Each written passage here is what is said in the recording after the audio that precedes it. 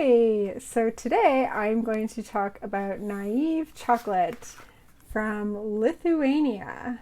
I actually have two bars from him right now. I have his ambrosia, bee pollen and honey bar, and then I have his porcini. Yes, mushrooms and chocolate. That's the one we're going to try today. But before we open the bars, I want to tell you a little bit about naive chocolate. So naive was started in 2011 by Domantas Uzpalis, and I'm going to get the Lithuanian out of the way because I won't be able to pronounce it. But it is in a small town in southeastern Lithuania. The name of it is Giedra. No, that's not the name, but that's just how I pronounce it. And it's by this lake Domantas. It's just outside of the capital of Lithuania, which is Vilnius, and that's the pronunciation fun for today. So, Domantas worked his whole life, for a little background on him, he worked his whole life in corporate jobs, IT, marketing, finance, insurance. He went to London to complete his master's in urban development, and he finished that in 2008, moved back to Lithuania to start a career. So in the midst of this current world crisis, you may not remember there was another crisis in 2008. There was a world financial crisis in 2008. So not an ideal time to be looking to start a career, and that's what happened to him when he went back to Lithuania. And he has said at that time it was probably one of the lowest points in his life. He had no job, he was socially isolated, he had no personal life, he was in poor health, he had low savings after being in school and living in London, and he really struggled to survive for 2 years. So we got to a point where he thought, okay, I got two choices here. I can either move to Tibet and meditate, or I can create my own job. And he thought that he wanted to do that in the food business, which he has no experience in food production at this time. So, of course, he thought, why not chocolate? That's a good question that I often ask myself in many situations. Why not chocolate? So with no experience, he decided this is the direction he was going to go. He moved to this farm, this village, just outside of the capital in Lithuania. And with the last of his savings, he bought 1 ton of beans, very spontaneously. I believe they were from the Ivory Coast, but he bought 1 ton of beans. The beans were delivered, and he had no idea how to process them, what to do with them, what machines he needed. And he really never thought that it took so much know-how to create an experience to create quality chocolate. So he got a loan, got a business loan, got some machinery, and began the process of, as many of bean to bar chocolate makers do, the trial and error process of making fine craft chocolate. So they're still in Lithuania. They are the only, as far as I know, bean to bar makers in Lithuania. There's not a strong chocolate making tradition in Lithuania like there is in other countries in Europe, like France or Switzerland or Germany. So he's very into the slow food movement. And so on their farm, they have, they call it our little dacha, which means country house. They have rabbits, they have goats, they ferment goat milk to make goat cheese. They grow herbs and berries. They collect birch sap. He collects mushrooms. They just in general love gardening and love animals with this slow movement philosophy that they ascribe to. So with his chocolate company, they have actually a self-imposed production limit of 20 tons a year, and this is to stay away from the corporate structure that he abandoned at so many years ago. He does not want to risk going back into the office And so they have this self-imposed limit. What else can I tell you about Naive Chocolate? I will tell you a little bit about their packaging, but let's turn the camera around and we can take a look at it close up. So let's do that. All right, so I have actually right now 2 bars from Naive Chocolate. His bars come in the 2 different sizes. So the 2-ounce bar and the smaller bar, that's just a little under 1 ounce. The Ambrosion bar is bee pollen and honey chocolate. Super yum. But I'm going to open this one because I couldn't find it, but I think he is, if not the first, one of the first to make this interesting inclusion combination of mushrooms and chocolate in craft chocolate bars. So let's talk about this. So Porcini mushrooms, the graphics on his bar is actually, he has a friend who's an artist, Carolus Kosas, who helped him out with that. And they actually used to have his signature on it, but they don't anymore. So you used to get it with a paper wrapper and it had a signature on it, but not anymore. The name Naive comes from basically the naivete to get into the craft chocolate making tradition in Lithuania, where there is no tradition of making craft chocolate. So he's quoted as saying you have to be a little bit silly, a bit stupid to start the startup journey. So it's kind of the silliness about that, and writing a penny farthing probably links back to his having time in London as well. So it's just kind of the silliness of having a startup chocolate company. So let's look at the back here.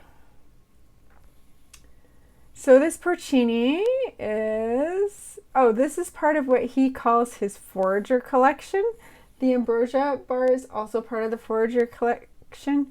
And I believe the Kefir bar is as well. The Kefir bar is an interesting one because it's got the macrobiotics in it. It actually can change, the flavor can change over time. It's kind of a fun one, but I don't have that one today. So he collects the mushrooms. They grow wild in the pine forests of Lithuania. Legend says that they only sprout on a full moon. But mushrooms are actually a large part of Eastern European cuisine, so maybe that's why he decided to try this combination. So let's look at the ingredients. So this is a 62% dark milk chocolate. I believe the beans, although it doesn't say, I believe they are from Bolivia. That may have changed, I'm not sure. So he's got cacao as the first ingredient. Yay, good. That's always a good sign. Sugar, cocoa butter, grass-fed milk powder, wild porcini mushrooms, 62% minimum. So that's what we have on the back of the wrapper. Then we have the expiration date and produced in, that is the capital of Lithuania. But he is in a little village just outside of that.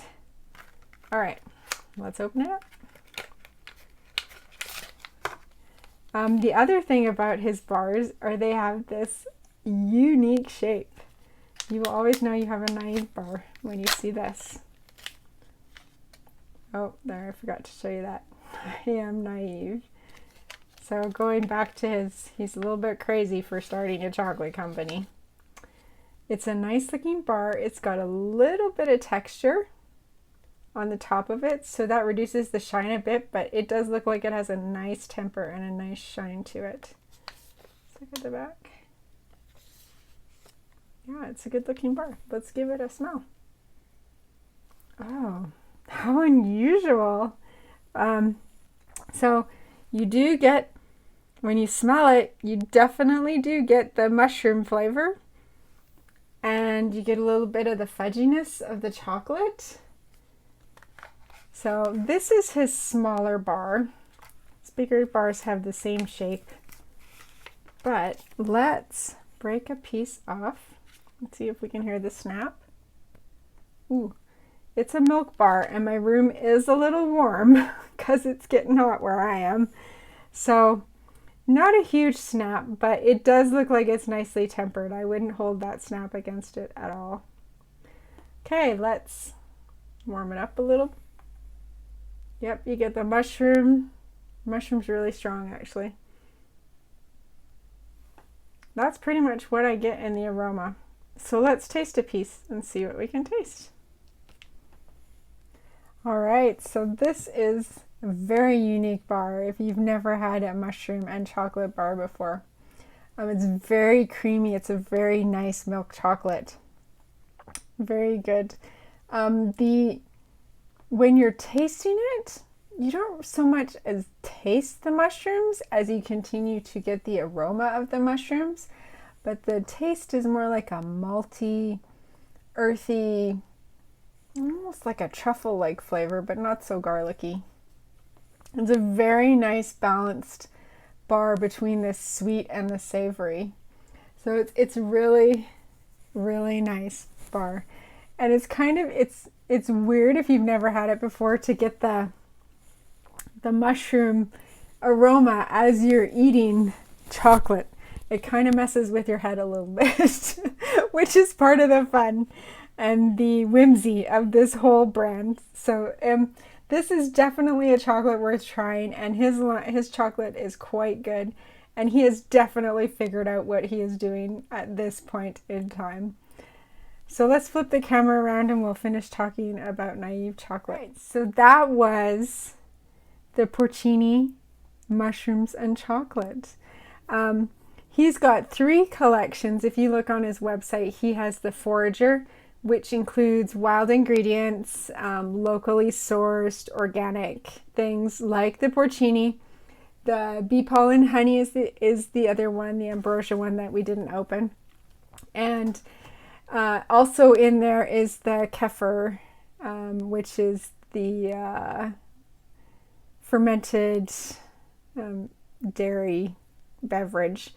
And then he's got the Equator collection, which is flavors and ingredients that come from the single ecosystem along the equator, or where cacao beans grow. And then he also has nano lot collections, which are these tiny tiny amount of beans that he has sourced, and it's usually only one season, single origin, and always unique in flavor. He also has Theobrom's collection, which I don't know where he would insert that, but it's chocolate with other members of the Theobroma family, Theobroma genera, in there. So he's got one with cacao pulp, one with Theobroma grandiflorum. So he's got some exciting and interesting combinations going on. All of it organic, so that's also good. I wanted to leave you with a quote that he has. Having the experience of moving from the corporate world into something that he enjoys much better, the gardening and the farming and with the animals and making chocolate, he has said, quit unloved jobs, places, relationships, or habits. Go and find your personal chocolate. So there's a little advice from Naive Chocolate. So that's this week's chocolate maker. I hope you'll get a chance to try some of his unusual combinations and his good, delicious chocolate.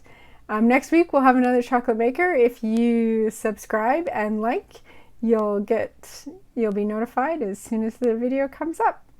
Thanks for joining me on this chocolate adventure.